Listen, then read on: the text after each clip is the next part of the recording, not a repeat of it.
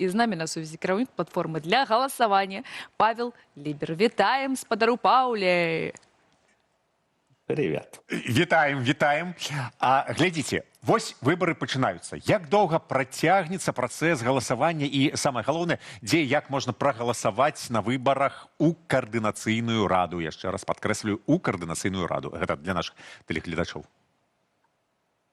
Да, на самом деле выборы в этот раз будут дольше. 2 года назад голосование длилось 3 дня, а сейчас это будет с 11 по 17 число. И как раз-таки для того, чтобы все желающие могли в течение недели проголосовать.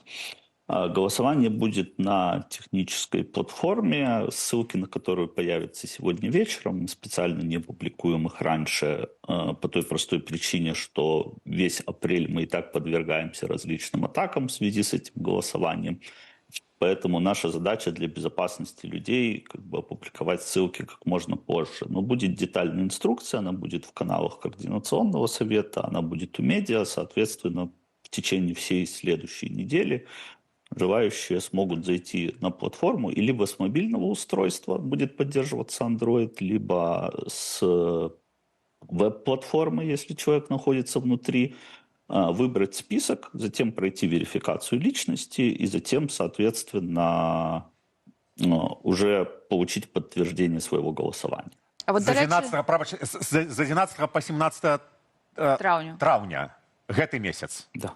Так. Завтра. А вось верыфікацыя, якія дакументы патрэбныя, каб аддаць голас, акрамя, давайте так, першае беларускі пашпарт, зразумела, а ці можа гэта быць пацверджанне замежніка па атрыманні там міжнароднай аховы, ці можа гэта быць пашпарт новай Беларусі, напрыклад? Якія дакументы пасуюць?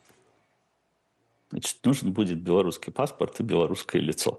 Другое лицо не подойдет, потому что система будет сверять, так сказать, лицо и паспорт. Будет приниматься 2 типа документа. Это обычный синий паспорт и, соответственно, вот как раз-таки национальный белорусский паспорт, который еще называют паспорт Новой Беларуси. Соответственно, вот эти, который красный. Соответственно, человек, когда будет голосовать, может выбрать только между этими 2 документами. К сожалению, другие документы приниматься не будут, потому что нужно дедуплицировать пользователей, то есть убедиться, что никто не голосует дважды, и, соответственно, идентификатор пользователя едино существует только в этих 2 документах. Потому что, к сожалению, когда вам выдают ВНЖ или паспорт беженца, там уже совершенно другие идентификаторы, и по этой причине, чтобы не допустить голосования дважды с разными документами, приходится ограничивать количество документов. Вельмі важнае зараз пытанне будзе, ці могуць галасаваць беларусы у Беларусі? І наколькі гэта наогул бяспечна, небяспечна? Да, белорусы внутри Беларуси голосовать могут. Для них не рекомендуется пользоваться мобильным приложением. Для них рекомендуется пользоваться специальной веб-платформой, ссылка на которую появится сегодня вечером. И, соответственно, безусловно, предпринимать все требования безопасности, то есть пользоваться инкогнито режимом. И если не инкогнито, то обязательно удалить историю голосования после этого. Но голосование будет доступно для людей внутри страны. А якія гарантыі, што вось гэтыя пашпарты, якія яны туды для верыфікацыі будуць запампоўваць, што яны нікуды не трапяць, ці яны захоўваюцца у вас дзесьці? Нет, сама информация о паспортах в наших системах нигде не хранится. У нас есть KYC-провайдер SAMSAP, к которому отключается доступ, то есть разделяется доступ между разными людьми на время голосования, и после этого все данные удаляются. И мы используем, по сути, ту же систему, которая у нас была 2 года назад. То есть и система зарекомендовала себя достаточно хорошо, потому что никаких утечек данных не было из этой системы. Соответственно, мы точно так же надеемся, что в этот раз все пройдет хорошо. А ці можна ўвогуле параўнаць вось гэтыя цяперашнія выбары з тэхнічнага пункту гледжання з працу платформы «Голас», у чым была асаблівасць у 2020 годзе і, можа, нейкія падабенствы ці, наадварот, важныя адрозненні ў самой тэхнічнай сістэме? Ну, платформы совсем разные, потому что задача «Голоса» была все-таки контроль голосования, как бы, а задача вот нашей вот текущей... Она, кстати, даже названия не имеет, это забавно.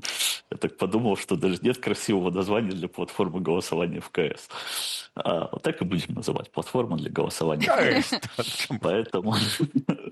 Да, ну, технически это совершенно разные платформы. Наверное, единственное, что их объединяет, это то, что и там не хранились никакие персональные данные. Как бы ну и, конечно же, количество людей, участвовавших в обоих решениях, оно, скажем так, разнится. А ёсць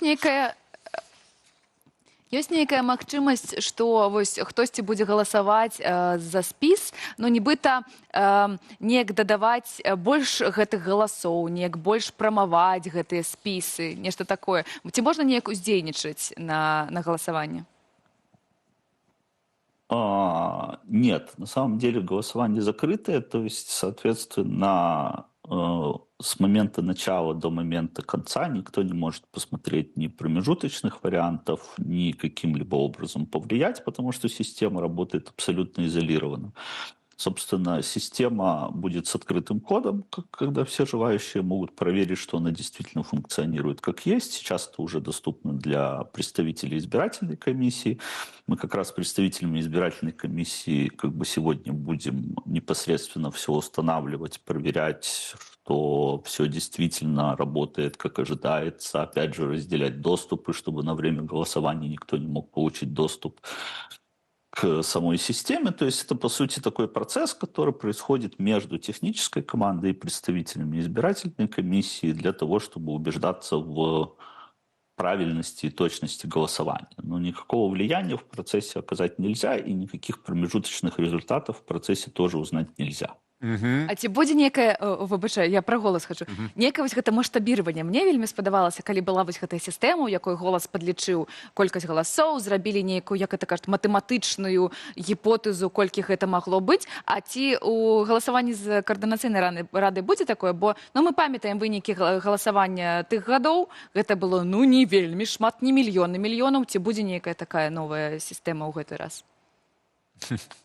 Слушайте, на самом деле тут же в данном случае как бы сколько проголосовало, столько проголосовало. Мне кажется, что это очень честный, объективный фактор того, какое количество людей еще готово оставаться в пространстве, не боится, что очень важно, потому что мы же понимаем, что за 6 лет у нас режим научился запугивать даже тех людей, которые за границей. Поэтому в данном случае мы не делаем никаких аппроксимаций, поэтому мы тут очень честны. Как говорил в прошлый раз Павел Павлович Ватушка, вот если за нас проголосует 2000 человек, мы будем представлять 2000 человек. И мне кажется, это честная политическая Зразумела, позиция. так. Сапраўды, дзякуй вялікі. Дзякуй, спадару Паўле. З намі быў на сувязі спасибо вам. кіраўнік платформы для галасавання ў каардынацыйную раду Павел Лібер.